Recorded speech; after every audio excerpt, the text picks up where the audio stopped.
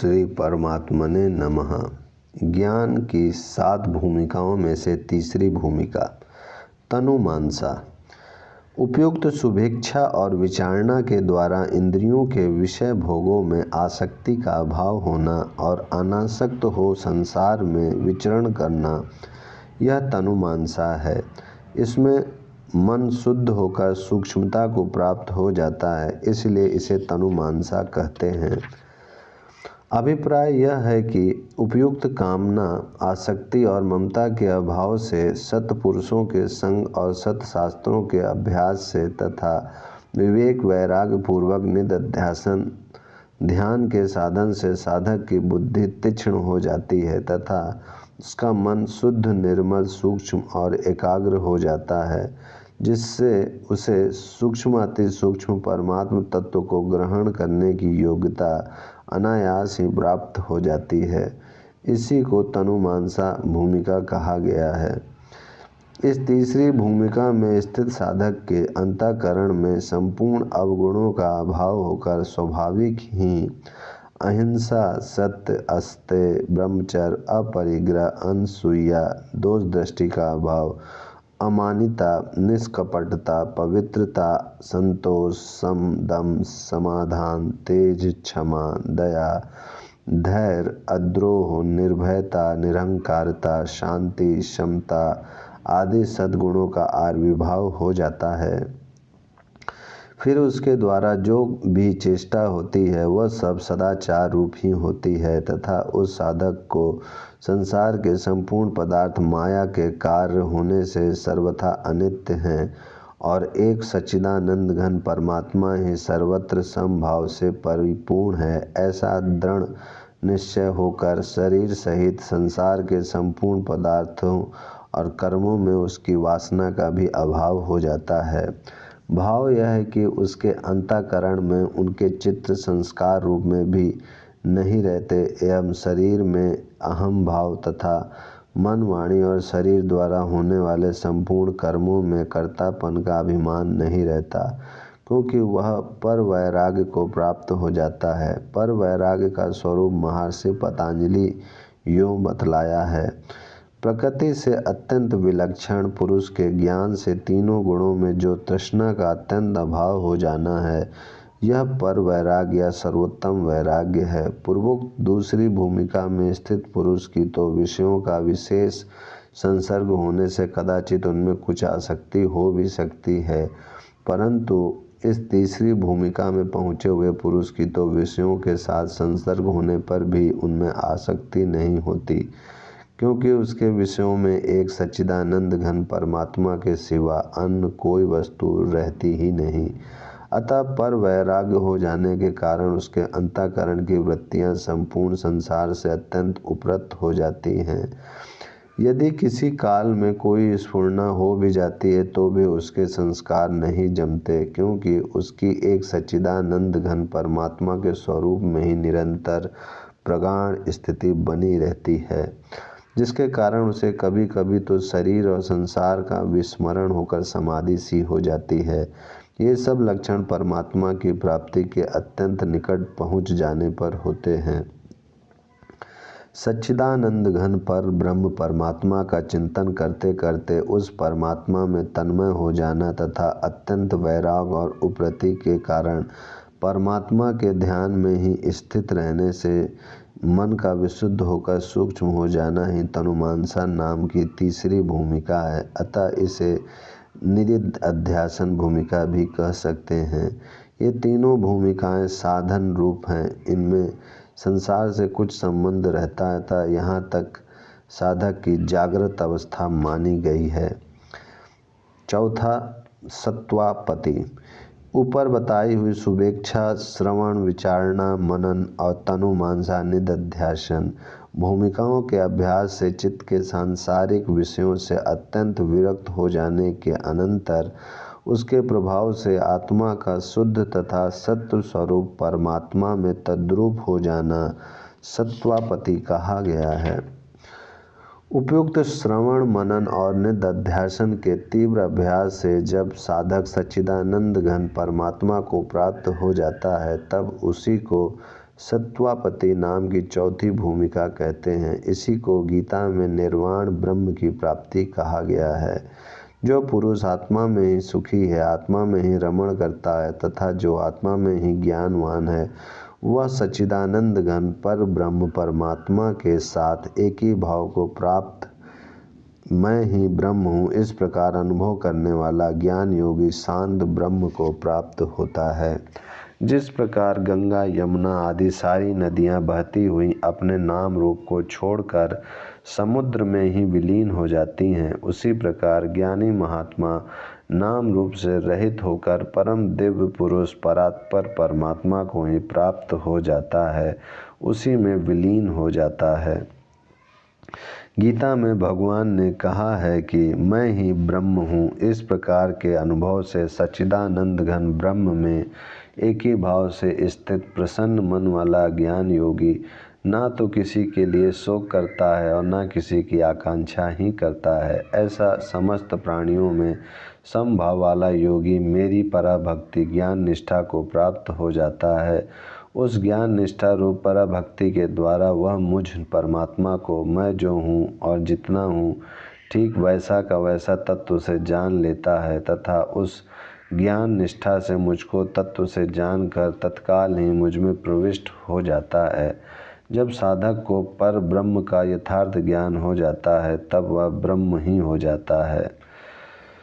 फिर उसका इस शरीर और संसार से कुछ भी संबंध नहीं रहता। ब्रह्मवेता पुरुष के अंतःकरण में शरीर और अंतःकरण के सहित ये संसार स्वप्नवत प्रतीत होता है।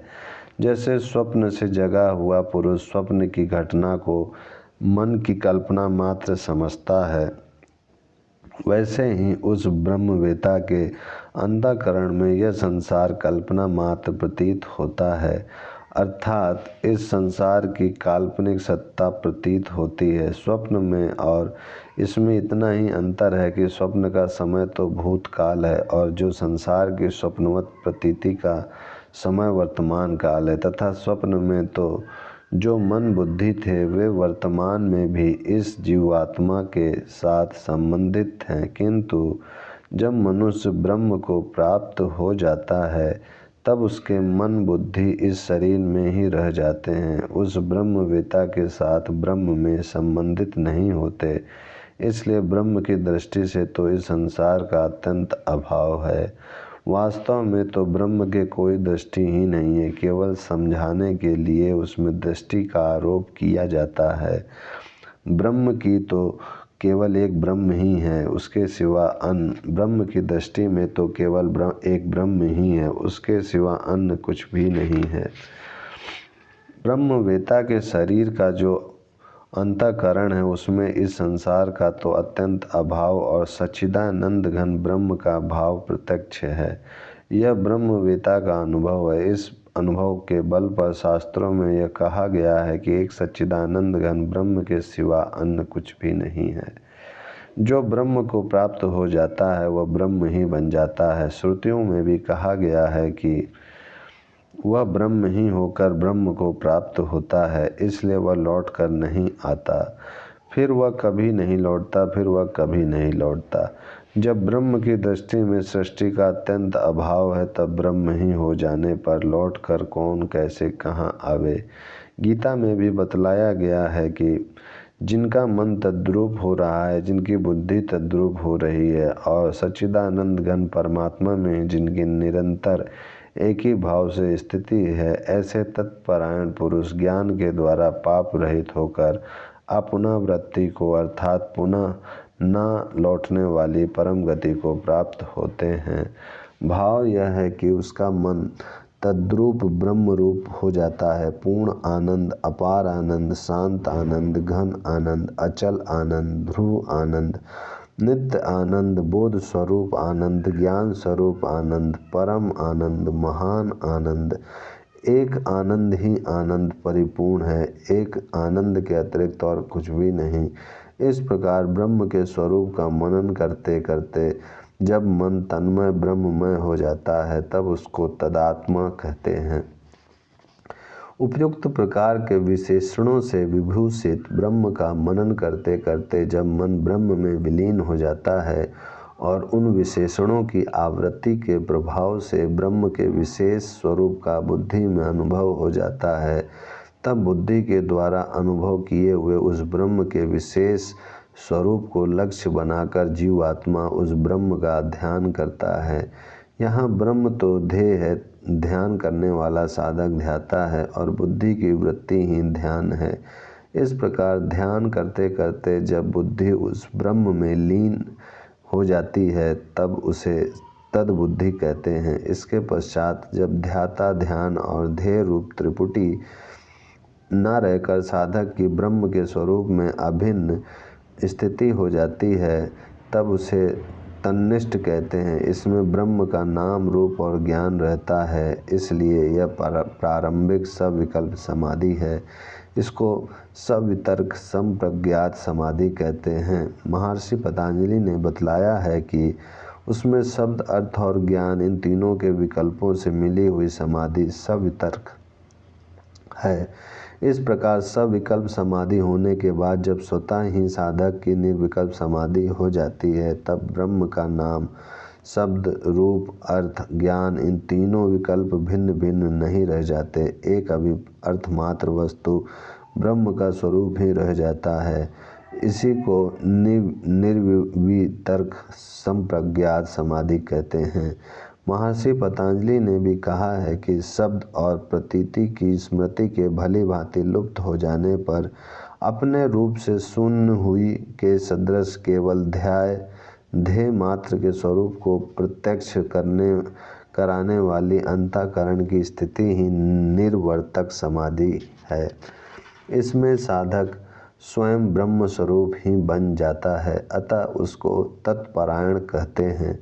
इस निर्विकल्प समाधि का फल जो निर्बीज असंप्रज्ञात योग है वही वास्तव में ब्रह्म की प्राप्ति है। उसी को यहाँ गीता में अपुनरावृत्ति कहा गया है, क्योंकि ब्रह्म ज्ञान के द्वारा जिसके मल विक्षेप और आवरण रूप कल्मश का नाश हो गया है वह ब्रह्म को प्राप्त पुरुष ब्रह्म ही हो जाता है, वह लौटकर नहीं आता। यहाँ सत्वापति नाम की चौथी भूमिका है। इसमें पहुँचे हुए पुरुष को ब्रह्मवित् ब्रह्मवेत्ता कहा जाता है। इसमें संसार उस ज्ञानी महात्मा के अंतःकरण में स्वप्नवत भासित होता है, इसलिए यह उसके अंतःकरण की स्वप्न अवस्था मानी जाती है। श्री यज्ञवल्लभ जी, राजा अश्वपति और जनक आदि इस चौथी भूमिका को प्राप्त हुए पुरुष माने गए हैं। योग वशिष्ठ में जिस प्रकार ब्रह्म को प्राप्त पुरुष की चौथी, पांचवी, छठी, सातवीं भूमिका के रूपों में 4 भेद बतलाए गए हैं, इस प्रकार के भेद गीता, रामायण, भागवत आदि ग्रंथों में नहीं पाए जाते। परमात्मा को प्राप्त पुरुष के लक्षण तो गीता में जगह जगह आते हैं, किंतु उसके इस प्रकार के अलग अलग भेद नहीं बताए गए हैं। वास्तव में ब्रह्म की प्राप्ति होने के पश्चात ज्ञानी महात्मा पुरुष का शरीर से कोई संबंध नहीं रहता, क्योंकि वह देह अभिमान से सर्वथा रहित होकर ब्रह्म में तल्लीन हो जाता है। अतः योग वशिष्ठ में बतलाए गए उन भेदों को ब्रह्म प्राप्त पुरुष के भेद न समझकर उसके अंतःकरण के भेद समझने चाहिए। ओम शांति शांति शांति।